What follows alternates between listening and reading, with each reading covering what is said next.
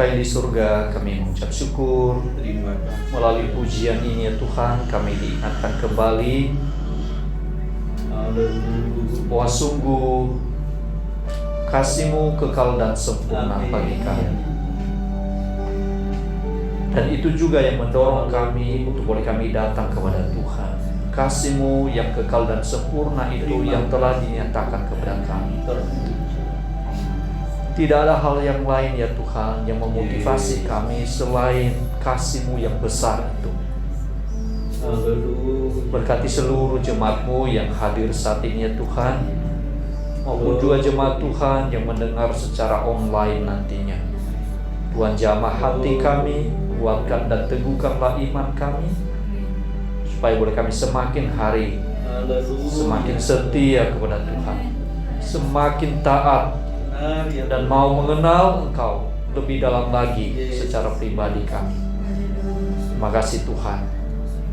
Roh Kuduslah yang menolong setiap kami, memberikan kepekaan kepada kami, dan tambah-tambahkan hikmat-Mu ya Tuhan, supaya di tengah-tengah perjalanan kehidupan ini boleh semakin bertumbuh, semakin berakar, dan menghasilkan buah-buah yang baik, memuliakan Tuhan. Terpujilah Engkau ya Tuhan. Di dalam nama Tuhan Yesus Kristus Allah kami yang hidup, kami berdoa dan mengucap syukur. Haleluya. Amin. Puji Tuhan. Selamat sore Bapak Ibu sidang jemaat Tuhan. Shalom. Shalom. Bagaimana kabarnya Bapak Ibu? Luar biasa. Puji Tuhan ya. Masih ada kesempatan buat kita untuk boleh kita kembali bersekutu dengan satu dengan yang lain ya, dengan saudara-saudara seiman kita, dengan kehangatan bercengkraman satu dengan yang lain ya Bapak Ibu. Itu adalah satu waktu yang spesial sebenarnya untuk boleh kita bersatu beribadah kepada Tuhan.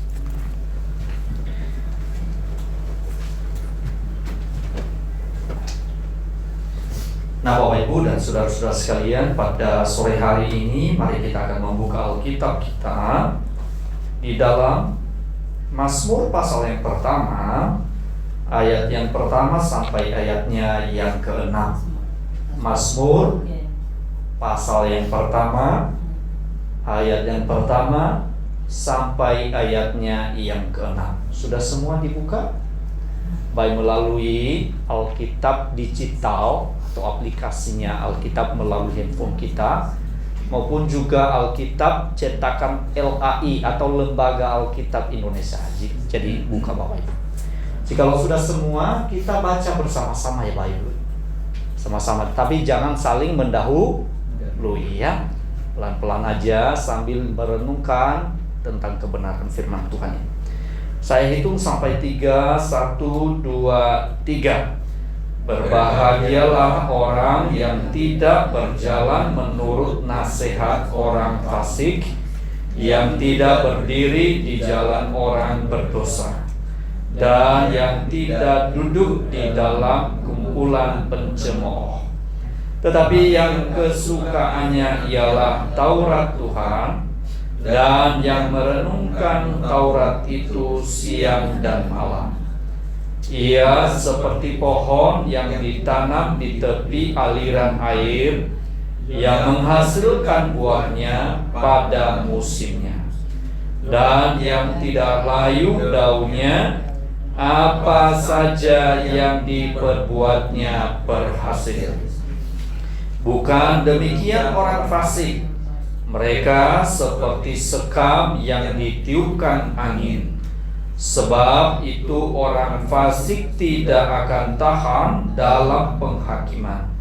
Begitu pula orang berdosa dalam perkumpulan orang benar. Sebab Tuhan mengenal jalan orang benar, tetapi jalan orang fasik menuju kebinasaan. Amin Bapak Ibu. Amin. Nah, puji Tuhan. Pada sore hari ini kita menggumulkan satu tema, yaitu merenungkan Taurat Tuhan. Apa Bapak Ibu? Merenungkan Taurat Tuhan. Bapak Ibu, jikalau saya bertanya kepada saudara-saudara sekalian, siapakah orang yang paling berbahagia? Atau kapan seseorang itu berbahagia? Kapan, Bapak Ibu? Nah, nggak ada yang jawab. Atau masih belum jelas pertanyaan saya, Bapak Ibu? Kapan kita atau saat kali kita berbahagia? Mungkin ya bagi muda-mudi dia berkata, aku berbahagia saat aku dapat pacar. Betul ya Bapak Ibu ya? Itu bagi muda-mudi mungkin saudara. Yang dia idam-idamkan, yang dia harap-harapkan, kunjung datang. Bahagia sekali hatinya, senang sekali. Bagi suami istri, ketiga apa saudara? Mungkin mereka mendapatkan momongan yang mungkin selama ini mereka terus mendoakan di hadapan Tuhan. Tahu-tahu dari hasil pernikahan yang sah dan satu-satunya itu, Tuhan jawab doa mereka. Tuhan kasih momongan, saudara. Hatinya bahagia sekali dapat momongan. Walaupun nanti besar kadang-kadang menjengkelkan, kadang-kadang menyenangkan, saudara. Tapi setidak-tidaknya waktu pertama kehadiran seorang anak di tengah-tengah keluarga yang tentunya dinanti-nantikan, itu membawa suatu apa? Kebahagiaan. Senang sekali. Mungkin ada hal-hal yang lain yang kadang-kadang kita merindukan di dalam hidup kita. Kita berdoa terus supaya apa? Aku dapat rumah, saudara ya. Misalnya, saudara. Tahu-tahu dengan perjuangan, dengan bekerja keras, lalu Tuhan memberkati usaha dan pekerjaan dan perjuangan itu. Tuhan kasih rumah. Senang, bahagia sekali.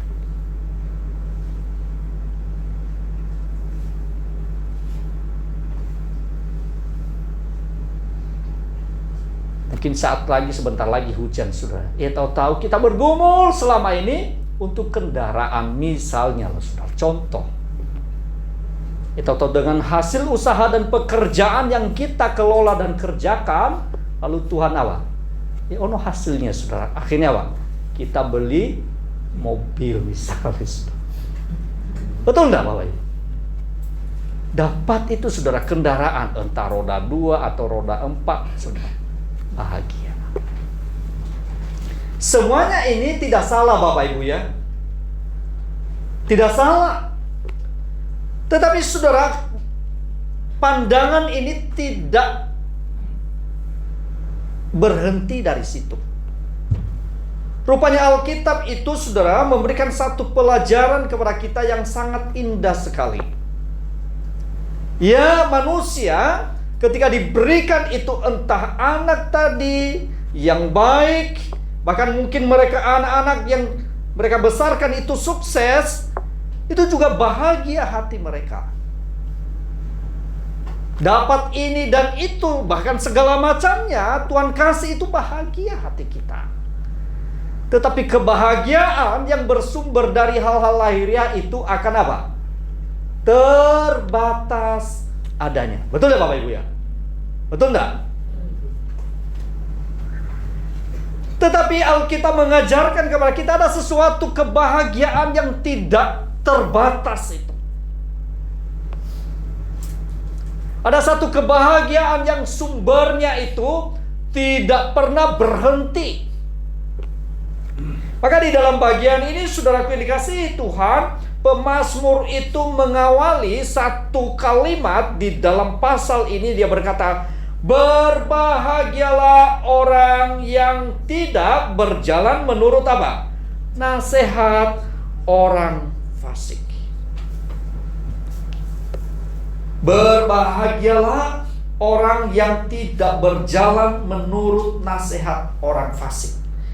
Saudara, kita tahu bahwasanya kita ini adalah orang-orang yang berdosa, yang tentunya juga tidak ubahnya orang lain, bukan? Betul nggak, Bapak Ibu? Kita adalah orang yang terbatas, orang yang tidak sempurna tentunya, yang penuh dengan apa? Cacat celah. Yang kadang-kadang hal yang sama, saudara, kita juga melakukan kesalahan dalam hidup ini. Kita berbuat dosa di dalam hidup ini. Tetapi aneh sekali, saudara, di dalam bagian ini berbahagialah orang yang tidak berjalan menurut orang fasik, yang tidak berdiri di jalan orang berdosa, dan yang tidak duduk di dalam kumpulan pencemooh. Saudaraku yang dikasihi Tuhan, maksudnya apa sih? Kalau umpamanya demikian, apakah orang Kristen itu tidak boleh duduk dengan orang-orang yang berdosa ini? Seolah-olah kita merasa paling benar di dalam dunia ini. Tidak demikian, Bapak Ibu. Kita bertanya, loh, Tuhan Yesus aja kok dia duduk semeja dengan apa? Pemungut cukai. Betul nggak, Bapak Ibu ya? Dia berbincang-bincang dengan wanita. Siapa, Bapak Ibu? Perempuan sundal, Bapak Ibu. Dia berbincang-bincang dengan seorang penjahat, saudara. Kalau bahasa kerennya zaman sekarang ini, mafia kelas kakap. Betul ya, Bapak Ibu? Lalu maksudnya apa ini, Bapak Ibu dan saudara-saudara sekalian? Yaitu tidak berjalan menurut nasihat orang fasik, yang tidak berdiri di jalan orang berdosa, dan yang tidak duduk dalam kumpulan pencemooh. Akhirnya apa? Kita kadang-kadang bingung ya, bahkan maksudnya apa? Seolah-olah Tuhan itu tidak membuat kita duduk bersama dengan mereka. Apa begitu? Tidak, Bapak Ibu. Maksudnya apa? Orang-orang Kristen tidak mengikuti tentang kefasikan mereka.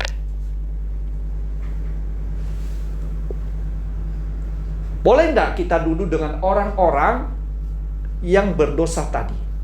Boleh enggak? Boleh.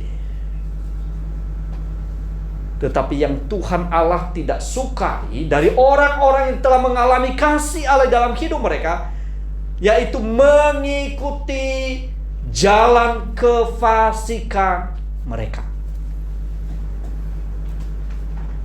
Mengikuti tentang apa? Tindakan dan perbuatan mereka yang menolak Tuhan, yang hal itu bisa dinampakkan melalui apa? Tindakan dan perbuatan, bahkan pikiran mereka. Jadi saudaraku yang dikasihi Tuhan, di dalam bagian ini adalah orang yang berbahagia itu, yang adalah orang-orang yang telah mengalami penebusan kasih Kristus, yang tidak mengikuti tentang orang-orang atau jalan kefasikan orang-orang yang fasik itu. Saudara, yang sangat menarik sekali di dalam bagian ini, saudara, bahwasanya memang tidak ada satupun yang benar di dalam dunia ini, kecuali siapa, saudara? Kecuali Yesus Kristus Tuhan. Tidak ada orang yang baik, tidak ada satupun orang yang benar. Semuanya orang telah jatuh di dalam dosa dan telah kehilangan kemuliaan Allah. Maka ujungnya apa? Kebinasaan.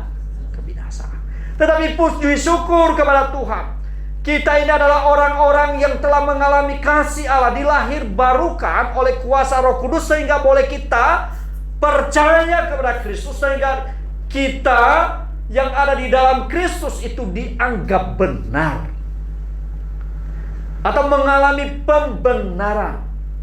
Kita disucikan dan dikuduskan dari segala pelanggaran kita.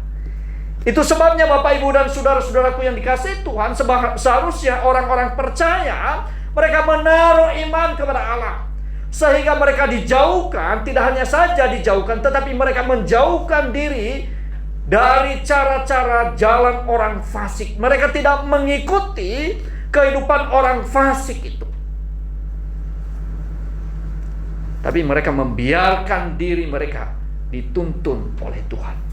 Itu sebabnya di dalam bagian ini, saudara kekasih Tuhan, dilanjutkan dalam bagian ayat yang kedua, tetapi yang kesukaannya ialah Taurat Tuhan, dan yang merenungkan Taurat itu siang dan malam. Tetapi yang kesukaannya ialah Taurat Tuhan. Kita ini Bapak Ibu kira-kira suka enggak untuk melakukan membaca firman Tuhan ini? Bagaimana Bapak Ibu? Senang? Waduh, sedikit aja Pak Pendeta gitu Bapak Ibu. Memang Bapak Ibu dan saudara-saudara sekalian, tidak ada satupun manusia yang melakukan Taurat Tuhan dengan sempurnanya, kecuali siapa? Kecuali Yesus Kristus. Kita sebagai manusia yang hadir dalam dunia ini, yang telah mengalami kasih Allah, tidak jarang kita kadang-kadang apa? Enggan kita membaca Taurat Tuhan atau firman Tuhan itu dalam hidup kita, bukan? Kadang-kadang enggan kita dengan berbagai macam alasan. Betul ya Bapak Ibu? Ono alasannya apa? Capek. Alasannya apa lagi Bapak Ibu? Hah? Ngantuk. Bahkan tidak jarang saudara ambil Alkitabnya, karena biasanya itu pakai jadikan apa? Obat tidur. Nah ini yang keliru Bapak Ibu. Tidak boleh seharusnya seperti itu. Saudaraku yang kasih Tuhan, di dalam bagian ini sedang memberitahukan kepada kita, ketika kita membaca Taurat Tuhan atau firman Tuhan itu, dia sedang mau menyatakan tentang keberadaan kita. Siapakah manusia itu? Siapa manusia itu? Penuh dengan dosa, kelemahan, dan keterbatasan. Apalagi Bapak Ibu? Ketika kita membaca Taurat Tuhan itu atau firman Tuhan itu, Alkitab, dia sedang memberitahukan kita bahwa kita itu sebenarnya ketika kita membacanya, kita itu tidak berdaya. Tahu bahwa itu dosa itu membelenggu kita, dan kita tidak berdaya untuk melepaskannya Bapak Ibu. Kita tidak mampu untuk melepaskan diri kita. Kita membutuhkan satu pribadi yang sempurna, yang berkuasa untuk menolong kita supaya belenggu itu dilepaskan dari hidup kita. Kita tahu dari mana? Membaca Alkitab. Karena tidak hanya saja Alkitab itu mengajarkan kita tentang apa? Menasehati kita, atau memperbaharui hidup kita, atau menuntun kita kepada kebenaran.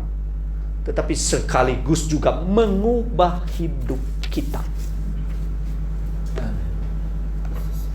Amin Bapak Ibu ya. Itu sebabnya dalam hidup ini saudara, ketika kita membaca Alkitab itu, dia sedang memberitahukan tentang kelemahan kita. Dia memberitahukan tentang keberadaan kita yang sesungguhnya. Kadang-kadang manusia itu saudara pintar sekali untuk memoles kehidupannya saudara. Sehingga kadang-kadang dia tampil dengan apa? Baik sekali. Betul tidak saudara? Tapi hati penuh dengan apa? Kebencian. Kalau orang tetangganya berhasil, apa itu? Dari mana mobilnya? Misalnya loh sudah. Dia yang sewot saudara ya. Padahal orang itu dia tidak tahu, dia senang-senang aja, tapi dia yang sewot. Betul tak? Apa? Dari mana itu? Paling mentok itu cicilan kotanya. Nah, saudara. Saudara yang kasih Tuhan, tetapi yang kesukaannya ialah Taurat Tuhan. Siapa yang berbahagia ini, saudara? Tidak hanya saja yang tidak mengikuti tentang kefasikan orang-orang yang fasik itu, tetapi yang berbahagia itu adalah yang kesukaannya ialah Taurat Tuhan. Rupanya saudara, kunci kebahagiaan, kesuksesan orang Kristen itu tentang apa? Rindu firman Tuhan di dalam hidup mereka.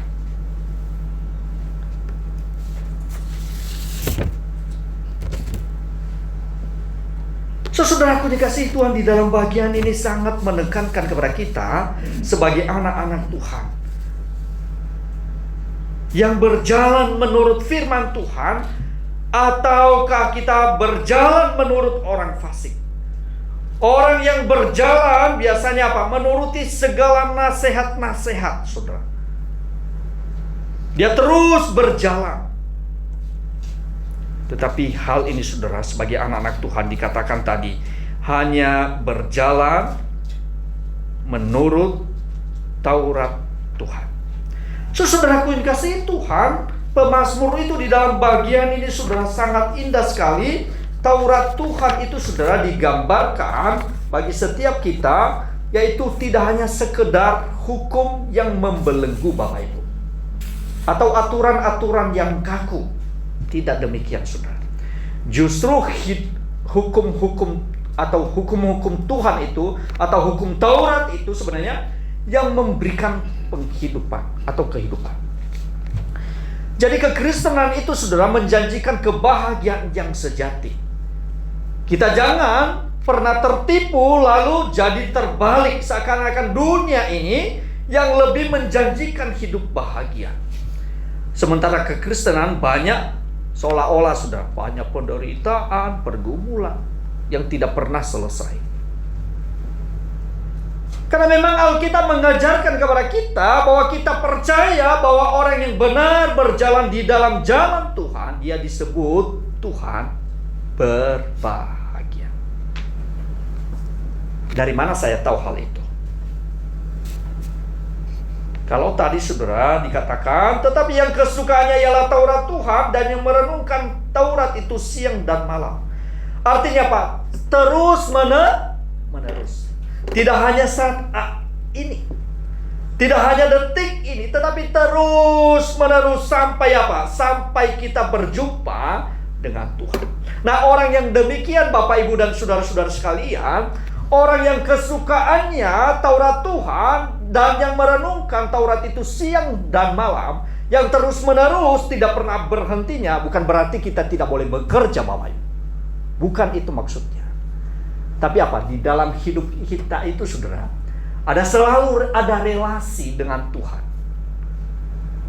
Ada satu komunikasi yang intim dengan Tuhan.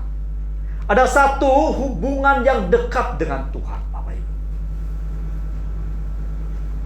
Tidak hanya saja ketika kita mendapatkan sesuatu tadi, hal-hal lahiriah, saudara. Tapi jauh dari itu, saudara. Maka di dalam bagian ini, saudara, digambarkan orang yang berbahagia itu, saudara, yang tadinya kesukaannya ialah Taurat Tuhan dan yang merenungkan Taurat itu siang dan malam, digambarkan atau diberikan satu gambaran. Gambaran itu analogi. Di dalam ayat yang ketiga, dia memberikan satu gambaran. Dia berkata demikian: ia seperti pohon yang ditanam di tepi aliran air. Pernah lihat pohon di samping sungai, Bapak Ibu? Pernah, Bapak Ibu? Saya rasa ya, di daerah kita ini banyak, saudara ya. Banyak ya. Kira-kira bagaimana? Musim kemarau kemarin itu yang lama sekali, kira-kira pohon itu bagaimana, Bapak Ibu? Kering, atau masih tetap segar, bagaimana? Hah? Segar. Kenapa demikian?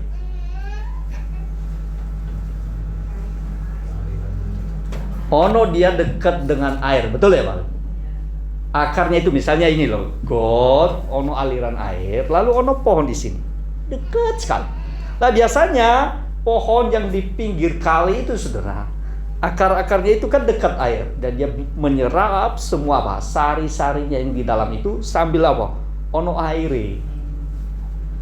Maka tidak heran Bapak Ibu dan saudara-saudara sekalian, pohon yang demikian mungkin 6 bulan kalau nggak salah ya, musim kemarau yang kita lewati ini ya.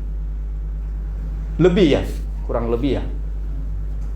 Pohon yang lain saudara, itu keguguran dia saudara. Bahkan bisa dipastikan itu kering, kerontang. Tetapi pohon ini tetap segar hijau dia. Karena apa sebenarnya? Karena dia dekat, ono relasinya, ada hubungannya dengan sumber itu Bapak. Bukan karena pohon itu sendiri, bukan, tetapi ono sumber yang memberikan kesejukan di sana. Sumber airnya itu Bapak Ibu, itu yang mensuplai atau menolong dia sehingga daun-daunnya itu berhijau, segar, sejuk. Jadi saudaraku yang dikasihi Tuhan, di dalam bagian ini sebenarnya artinya apa? Gambaran ini bahwasannya orang-orang percaya yang dekat dengan sumbernya. Orang-orang percaya yang relasinya ada hubungan intim dengan Tuhan, maka kehidupan mereka itu adalah suatu kebahagiaan yang luar biasa. Oleh karena apa? Bukan karena upah yang dijanjikan, oleh karena mereka membaca Alkitab dan melakukannya, bukan. Tetapi karena mereka dekat dengan sumbernya. Siapa sumbernya itu? Siapa sumber? Kalau tadi air, tapi ada sumber air kehidupan itu. Siapa Bapak Ibu? Tuhan Yesus Kristus. Sehingga manakala seseorang yang tinggal di dalam Kristus Tuhan itu saudara, jangan khawatir tentang apa? Kehilangan kasih ketika kita membagi kasih kita kepada yang lain. Jangan khawatir saudara kehilangan ketika kita memberikan pengampunan kepada orang lain. Jangan, aduh aku rugi memberikan pengampunan. Jangan Bapak Ibu. Karena apa? Sumbernya, sumber kasih yang kekal dan sempurna itu kita berada di dalamnya. Sehingga apa saudara? Kasih itu ketika kita bagikan, sharekan kepada orang lain, kita tidak kehilangan saudara. Kita tidak kekurangan. Semakin kita bagi, sharekan kepada orang lain, maka apa? Semakin bertambah. Kenapa? Kita ada di dalam sumbernya. Amin Bapak Ibu ya. Amin. Coba seperti ini. Kekurangan dia enggak? Enggak Bapak Ibu. Dia terus serap. Dia terus serap. Semakin apa? Semakin pohon itu semakin apa? Semakin gede Bapak Ibu. Bukan semakin cilik. Karena apa? Ono sumbernya. Itu prinsip. Jadi Bapak Ibu dan saudara-saudara sekalian, itu sebabnya dia memakai satu gambaran atau analogi ini saudara. Ia seperti pohon yang ditanam di api aliran air, yang menghasilkan buahnya pada musimnya, dan yang tidak layu daunnya. Apa saja yang diperbuatnya berhasil. So, saudaraku yang dikasihi Tuhan, itu sebabnya seorang ketika ada satu relasi yang baik dengan Tuhan, dia tinggal di dalam sumber itu, yaitu Yesus Kristus Tuhan itu, pastilah mereka akan mengeluarkan buah, saudara. Baik di saat situasi kering atau situasi paceklik, atau bahasa kerennya secara dalam tanda kutip, walaupun di tengah-tengah pergumulan, mereka tetap mengeluarkan buah. Di musim hujan, di musim kemarau saudara, selalu bagaimana? Selalu mereka mengeluarkan buah dari kehidupan mereka. Bukan karena mereka tinggal di dalam sumber, dan sumbernya itu adalah kekal dan sempurna. yaitu Tuhan kita Yesus Kristus. So, saudara, tentunya itu adalah satu kebahagiaan di dalam hidup kita sebagai anak-anak Tuhan, saudara ya. Adalah satu sukacita di dalam hati kita atau di dalam hidup kita sebagai anak-anak Tuhan, saudara. Itu sebabnya, saudara, kasih Tuhan di dalam bagian ini, saudara, di dalam segala keadaan itu, orang-orang yang tinggal di dalam Tuhan itu selalu mengeluarkan buah harum. Melalui pikiran mereka, melalui ucapan mereka, bahkan melalui tindakan mereka. Sama seperti pohon yang di tepi aliran air. Pada musimnya ia akan menghasilkan buahnya, karena dia tinggal di sumber kehidupan itu, yaitu air itu sendiri. Daunnya tidak akan layu, karena dia berada di tepi aliran air, bahkan tinggal di dalam sumbernya itu. Sehingga apa saja yang mereka kerjakan, apa saja yang mereka perbuat, pasti berhasil.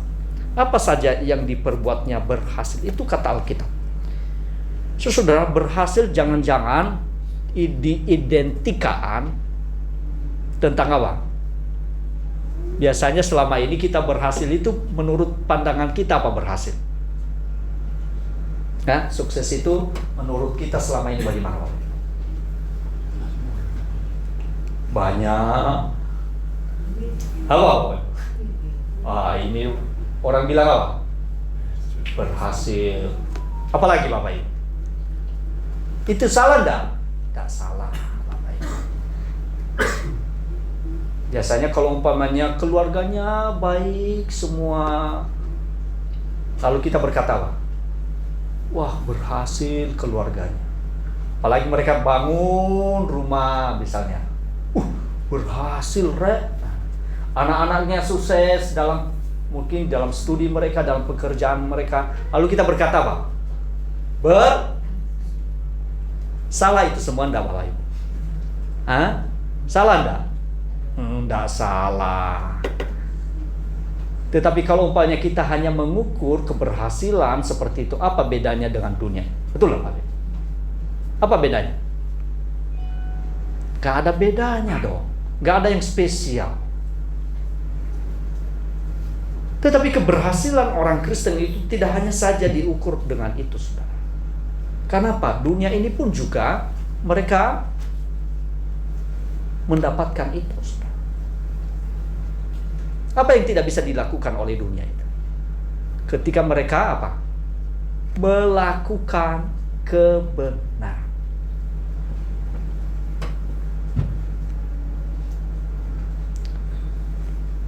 Saudaraku dikasihi Tuhan, sebagai orang-orang yang percaya kepada Tuhan, apa saja yang diperbuatnya berhasil. Dia selalu berhasil. Apa maksudnya? Tidak lain adalah sebagaimana kita baca di dalam bagian firman Tuhan, yaitu kehidupan yang terus menghasilkan buah. Itulah orang yang berhasil. Orang yang tidak berhasil adalah orang yang kehidupannya tidak menghasilkan buah, yaitu buah roh. Makanya tidak heran Bapak Ibu, tidak peduli berapa banyak kekayaannya, kalau tidak berbuah, berarti tidak berhasil. Itu kata Alkitab. Sebaliknya, ada orang yang mungkin tidak secara finansial, saudara, tidak kaya, tetapi kehidupannya sederhana, tapi dia berbuah dalam hidup itu. Itu berarti dia berhasil. Jadi ayat ini Bapak Ibu dan saudara-saudara sekalian bukan bicara soal keadaan kaya atau miskin secara ekonomi, bukan, saudara. Ada orang yang kaya secara ekonomi dan dia berbuah, ada orang kaya secara ekonomi dan tidak berbuah. Demikian juga ada orang yang miskin secara ekonomi dan dia berbuah. Ada orang yang miskin secara ekonomi juga dan tidak berbuah. Jadi Bapak Ibu dan saudara-saudara sekalian, di dalam bagian ini, saudara, keberhasilan atau kesuksesan bukan berbicara tentang apa? Keadaan kaya atau miskin, bukan, Bapak. Tapi dia berbicara tentang apa? Buah yang dimaksud adalah buah-buah roh. Amin Bapak Ibu. Satu buah tetapi 9 rasa. Nah, Bapak Ibu, nanti di rumah ya dibaca itu dalam Galatia pasal yang kelima. Nah, saudara yang dikasihi Tuhan, di dalam segala keadaan tadi, situasi tadi, paceklik atau kelimpahan, keadaan sakit atau tidak atau sehat, mereka selalu mengeluarkan buah dalam hidup mereka. Buah apa yang keluar? Setidak-tidaknya satu buah roh itu dan memiliki rasa 9 rasa. Apa yang pertama? Yang mengatakan kasih. Biasanya ya, kalau umpamanya kita susah, oh saya mengasihi apa? Oh enggak, aku juga susah kok. Nah, misalnya lah, tapi tidak demikian orang Kristen. Di dalam pergumulan sekalipun, mereka menunjukkan perhatian dan kasih mereka satu dengan yang lain. Tidak hanya saja di tengah-tengah anggota keluarga mereka, saudara, tetapi juga kepada orang lain. Yang kedua, saudara, apa? Sukacita. Sukacita itu tidak hanya saja senyum, Bapak Ibu. Karena apa? Sumbernya itu dalam hati, saudara. Apalagi? Damai damai sejahtera itu, saudara. Bukan berarti kalau mungkin banyak sekali yang melimpah di dalam hidup mereka secara lahiriah, tetapi nggak ono damai sejahtera, saudara. Tapi bukan berarti tidak perlu hal-hal lahiriah, perlu, saudara. Apalagi Bapak Ibu? Kesabaran. Nah, kesabaran itu biasanya kita berdoa, Tuhan berikanlah kami kesabaran.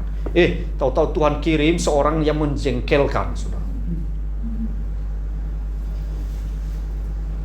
Dan yang menjengkelkan itu mungkin pendeta nih.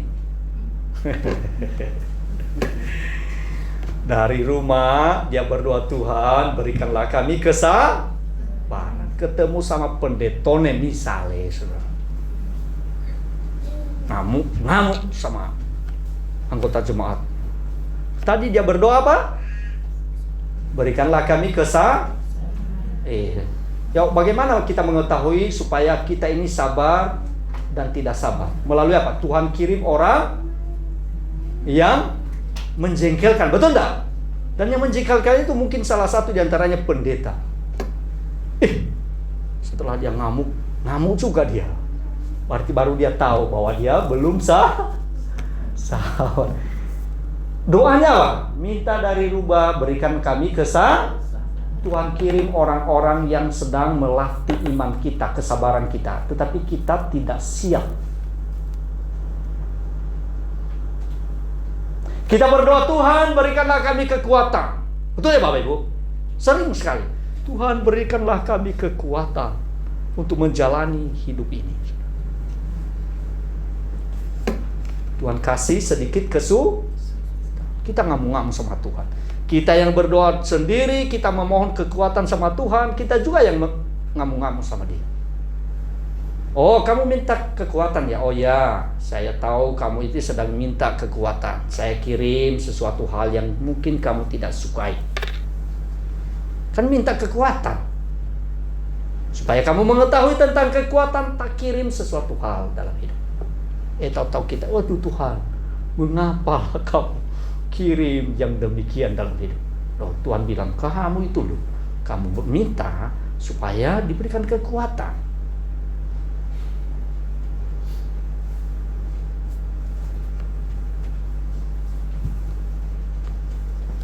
Buah roh apa lagi? Kemurahan. Ketika ada orang yang mungkin berkekurangan, Tuhan kirim kepada kita, saudara. Bagaimana respon kita? Mengulurkan tangan kita sedikit saja? Ataukah kita, waduh ngerepotin kamu ini? Kebaikan, kesetiaan, kelemah lembutan. Kelemah lembutan itu tidak identik dengan lunglai, saudara ya. Tidak identik dengan lamban. Bukan demikian, saudara. Yang terakhir apa? Penguasaan diri.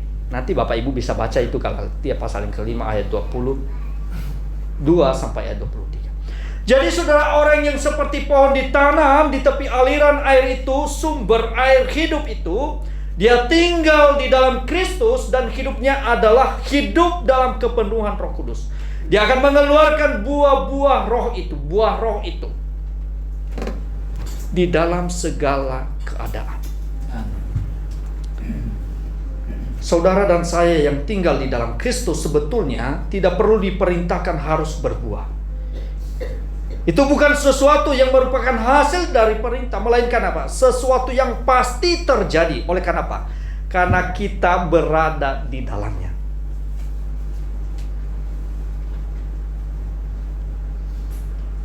Maka tidak heran Bapak Ibu, dalam Alkitab kita, orang-orang yang berada, yang memiliki hubungan yang intim dengan Tuhan itu, di dalam segala kesulitan itu maupun kelimpahan, mereka tidak lupa diri Bapak Ibu. Misalnya contoh, Rasul Paulus di tengah-tengah segala pergumulan dalam hidupnya, di dalam pelayanan pekerjaan Tuhan, dicambuk, dipenjara, apa yang terjadi? Kira-kira apa yang dia lakukan? Ngamuk-ngamuk sama orang? Gitu Bapak Ibu. Maki-maki orang.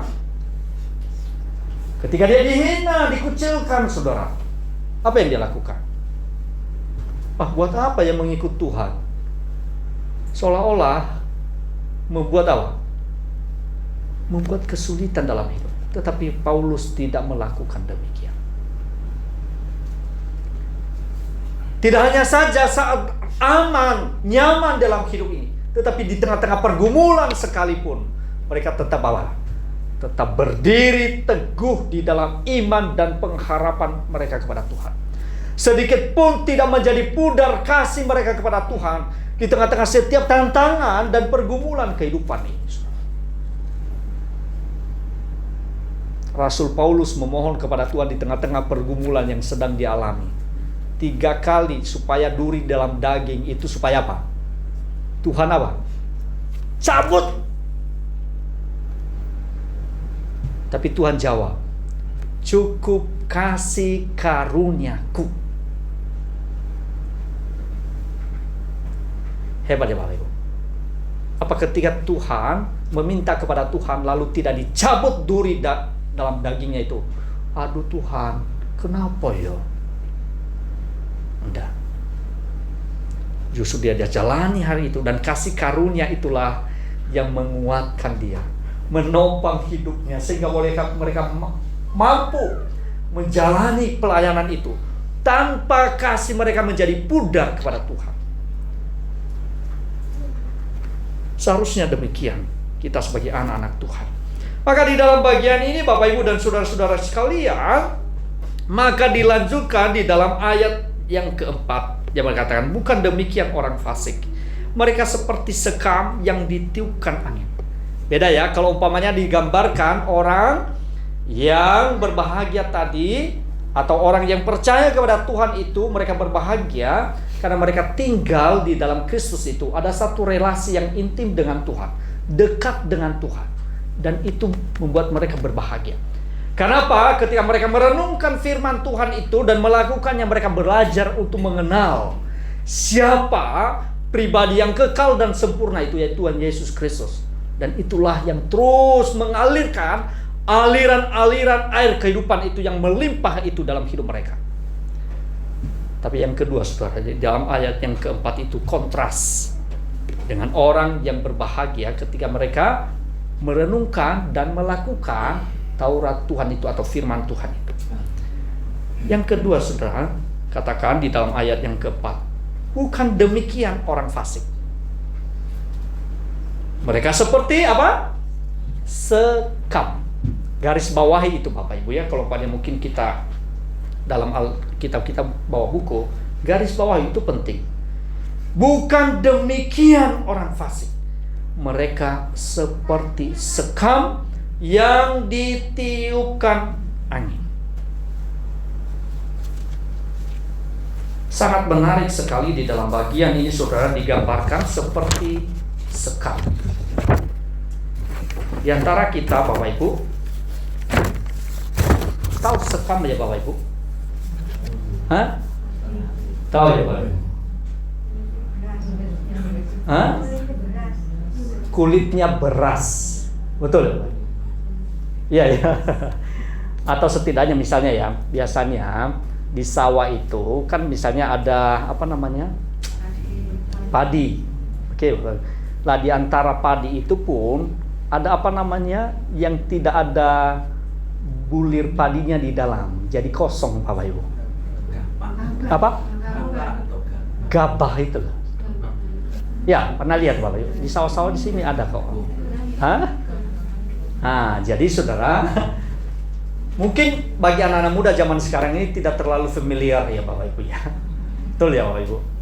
Jadi biasanya ada padi itu di dalamnya ono yang ada bulirnya atau isinya, atau nanti yang jadi beras, atau juga ada yang kosong Bapak Ibu. Nah biasanya orang-orang zaman dulu ada berbagai macam yang mungkin kita di Indonesia itu kita kumpulkan gabahnya ya. Ya betul ya Bapak Ibu. Lalu ada biasanya kita di Indonesia itu pakai, kita kumpulkan lalu kita taruh di air. Betul ya Bapak Ibu ya. Lalu bagaimana? Yang tidak ada isinya itu apa? Ngambang. Pernah ya Bapak Ibu tahu itu ya? Ngambang ke atas. Sedangkan yang berbulir itu bagaimana? Ya jatuh di bawah toh. Apa namanya? Mengendapnya di bawah. Nah ada dua. Misalnya kalau mungkin zaman mereka dulu di sana saudara, memang zaman mereka itu ditaruh di angin saudara. Jadi ono apa gitu. Lah jadi apa namanya? Yang tidak ada apa namanya itu bulirnya itu akan minggir ke pinggir kafe Bapak Ibu. Jadi yang ada bijinya atau ada isinya ya tinggal saudara. Yang ada bulir apa namanya itu isinya beras itu nantinya jadi beras. Jadi ketika mereka kipas atau di angin-angin saudara, maka yang tidak ada isinya kosong itu saudara berterbangan. Jadi jauh dia. Apalagi kalau ditampi, mungkin model kita yang lebih kita tahu, yang familiar dengan kita biasanya apa namanya kita tampi gitu. Biasanya ibu-ibu suka gitu ya. Betul ya ibu ya. Nah, saudara, gambaran sekam itu sebenarnya pengertiannya yang pertama itu saudara, biasanya mungkin zaman kita ya, apa namanya sekam itu kan ono manfaatnya atau sekarang itu dijadikan pupuk. Nah itu bukan maksudnya gini Bapak Ibu. Zaman dulu maksudnya di sini sudah sekam itu hanya ketika sudah dipisahkan dari bulirnya itu saudara, maka tidak ada gunanya. Dan akhirnya apa? Dibakar. Tahu ya Bapak Ibu ya? Jadi bukan seperti ini, dibakar jadikan pupuk. Bukan itu, penekanannya itu saudara. Tidak ada gunanya. Tidak ada manfaatnya. Kosong. Sehingga yang tidak ada isinya ini saudara, langsung tidak ada, kayak sampah. Tidak ada fungsinya, tidak ada gunanya. Lalu sekam yang tidak ada gunanya ini Bapak Ibu, lalu apa? Dibakar. Endingnya itu hanya dibakar, tidak ada gunanya. Jadi bukan bertujuan untuk jadi pupuk zaman sekarang, bukan itu saudara. Maksudnya itu memang hanya berakhir dengan apa? Di api itu. Sesuatu yang tidak bernilai, tidak ada gunanya, tidak ada faedahnya. Yang akhirnya mereka dibuang. Itu loh maksudnya Bapak Ibu. Orang-orang fasik itu digambarkan seperti apa tadi saudara? Yang menolak Tuhan, yang menunjukkan kefasikannya di dalam setiap kehidupan mereka. Maka mereka itu digambarkan seperti sekam. Berujung kepada apa? Kebinasaan. Berujung kepada siapa? Endingnya itu di api yang menghanguskan itu. Waduh. Kalau kita merenungkan hal ini Bapak Ibu dan saudara-saudara sekalian, Puji Tuhan. Kalau kami di tengah-tengah dunia ini, boleh hati kami percaya kepada Yesus Kristus. Dan kami di tengah-tengah keterbatasan kami, kelemahan kami, ketidakmampuan kami, Tuhan mau memakai kami yang bejana tanah liat ini untuk dipakai sebagai alatnya. Saudara dan saya itu, saudara, memiliki nilai ketika kita berada di dalam Kristus Tuhan. Makanya hidup kita tidak boleh pergunakan untuk apa? Untuk hal-hal yang sia-sia, saudara. Kita itu dibayar dengan nilai yang mahal, dengan darah yang mahal, Bapak Ibu. Bukan seperti orang-orang fasik tadi yang apa? Tidak ada gunanya, kosong, tidak memiliki nilai, tidak ada harganya, saudara. Tidak ada bobotnya, tidak ada kualitasnya, gampang ditiup angin, tidak memiliki satu apa? Keteguhan. Tidak ada satu keteguhan. Mana angin kencang, dia ikut. Mudah diombang-ambingkan.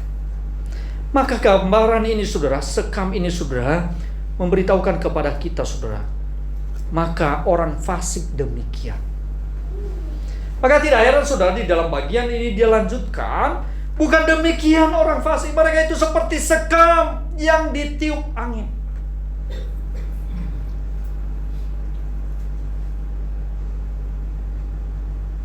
Yang akhirnya kepada kesia-siaan. Kalau bahasa Alkitab itu, saudara, ending kepada dalam dunia ini mereka menolak Allah, saudara. Mereka tidak mau hidup di dalam firman-Nya. Mereka berpikir, tetapi mereka tidak sadar pada ujungnya, yaitu kebinasaan. Itu sebabnya di dalam bagian ini dilanjutkan, saudara, sebab itu orang fasik tidak akan tahan di dalam penghakiman, begitu pula orang berdosa di dalam perkumpulan orang benar. Saudara, siapa yang tahan ketika penghakiman itu datang, ketika Kristus itu datang sebagai raja di atas segala raja? Ada yang tahan? Gak ada. Makanya Bapak Ibu nanti lihat di dalam pasal yang kedua, dia adalah raja. Dia perkenalkan tentang hal itu kepada kita, bahwa Allah itu, Yesus Kristus itu adalah raja segala raja. Siapa yang bertahan? Kalau dia adalah Allah yang mengetahui segala keberadaan manusia, dan di dalam dia juga yang memutuskan segala sesuatu, siapakah yang mampu? Kalau mereka menolak sang raja itu, sang Mesias itu yang telah datang ke dalam dunia ini, maka tidak heran Bapak Ibu, pada ujungnya kebinasaan. Makanya Alkitab mengatakan, selalu menggambarkan ratap dan tangis. Tapi ratap dan tangis sudah terlambat. Tidak ada lagi kesempatan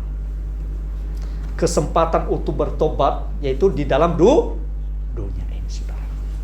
Kesempatan untuk menerima Kristus sebagai Mesias, sebagai Tuhan dan Juru Selamat, hanya di dalam dunia ini.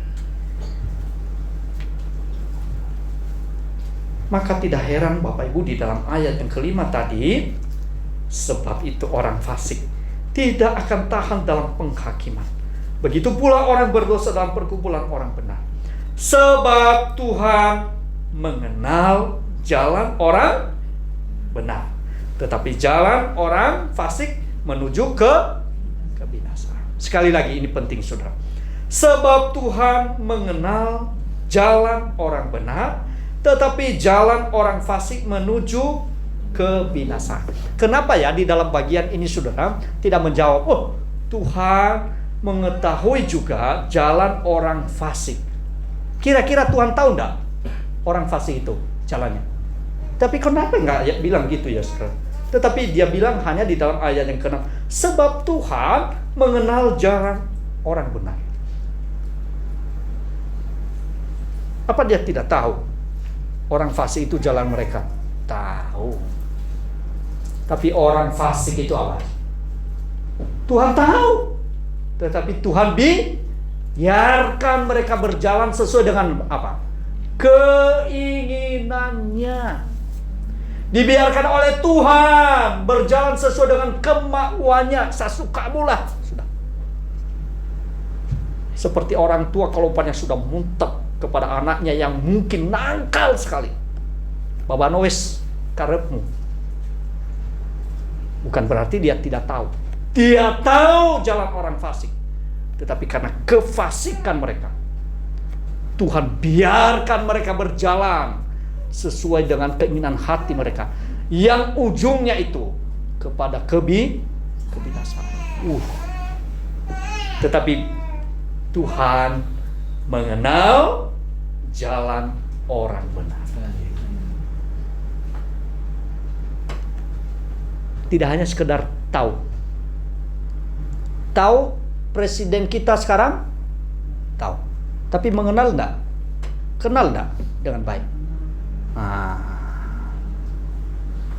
Kalau ditanya, tahu enggak Presiden Republik Indonesia? Tahu. Namanya siapa? Bapak Presiden Joko Widodo. Tapi kalau ditanya lebih lanjut lagi, kenal enggak? Wes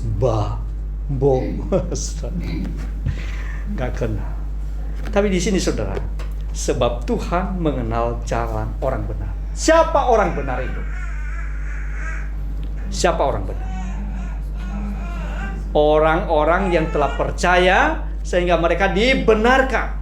Dia tahu maksudnya apa? Kepada orang-orang yang percaya tadi kepada Yesus Kristus, itulah orang yang diperkenankan oleh Tuhan. Tidak hanya saja Tuhan perkenankan mereka, tetapi juga dipelihara oleh Tuhan, saudara. Tidak hanya saja dipelihara oleh Tuhan, mereka dipimpin sampai pada akhirnya. Gak nanggung loh, saudara. Orang percaya itu dipimpin, dipeliharanya, dilindunginya, bahkan dia berkenan kepada kehidupan mereka. Dahsyat.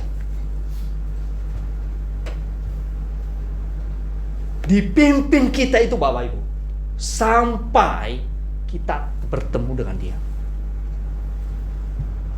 Tidak hanya saja dipelihara hari demi hari, tapi dituntunnya kita, saudara. Dibimbingnya kita. Dan hanya kepada kita dia berkenan. Sabaslah hambaku yang setia. Masuklah kepada kebahagiaan. Kira-kira kalau umpamanya hal itu, ketika itu nanti kita mendengar sambutan dari Raja di atas segala raja itu, Tuhan di atas segala Tuhan itu, yang menciptakan alam semesta ini beserta segala isinya, termasuk hidup kita. Lalu ketika kita berjumpa dengan dia, sabaslah hambaku yang setia, nikmatilah kebahagiaan itu. Hati kita begitu bagaimana, saudara? Begitu sukacitanya.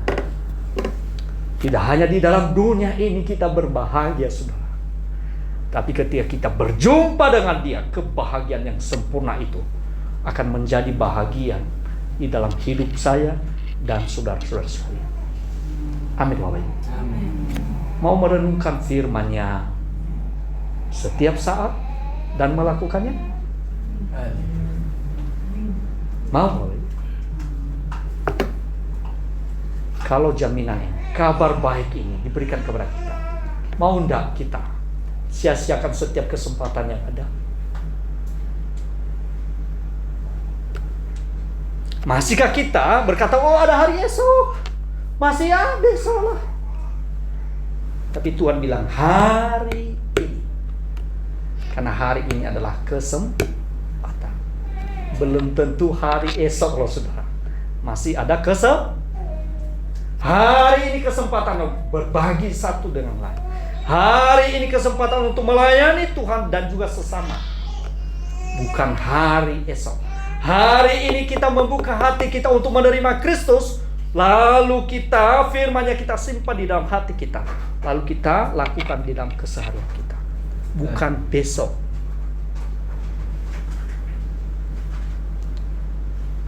Kalau hal ini menguatkan saudara di dalam segala keadaan, segala situasi, pergumulan kehidupan ini, baik kesukaran, kesulitan, maupun di dalam kesenangan, dia mengatakan, sebab Tuhan mengenal jalan orang benar. Dia mengenal saudara dan saya. Dia berkenan kepada saya dan saudara-saudara yang percaya kepada Kristus. Dia mau memimpin saya dan saudara. Dia menuntun saya dan saudara sampai pada akhirnya. Tidak separuh-separuh, tidak setengah-setengah, tapi dengan sempurnanya, langkah demi langkah, Dia tuntun saya dan saudara sekalian. Mau setia kepada Tuhan. Mari kita berdoa. Bapa di surga, terima kasih firman-Mu pada sore hari ini. Berkati seluruh jemaat-Mu yang mengingatkan kami, itu pentingnya firman-Mu dalam hidup kami. Tujuan firman untuk boleh kami renungkan, lakukan, untuk boleh kami belajar untuk mengasihi Tuhan, mengenal Tuhan di dalam hidup kami. Berkatilah hamba-Mu yang sudah selesai berbicara, dan juga seluruh jemaat Tuhan yang telah mendengar. Limpahkanlah kasih karunia-Mu dan hikmat-Mu kepada setiap jemaat-Mu ya Tuhan. Di dalam nama Tuhan kami Yesus Kristus kami berdoa dan mengucap syukur. Haleluya. Puji Tuhan, Bapak Ibu Saudara, kita sudah mendengarkan firman Tuhan. Biarlah kita selalu dekat dengan firman Tuhan, ya. Kalau ingin hidup berhasil, dekat dengan firman Tuhan. Amin. Puji Tuhan.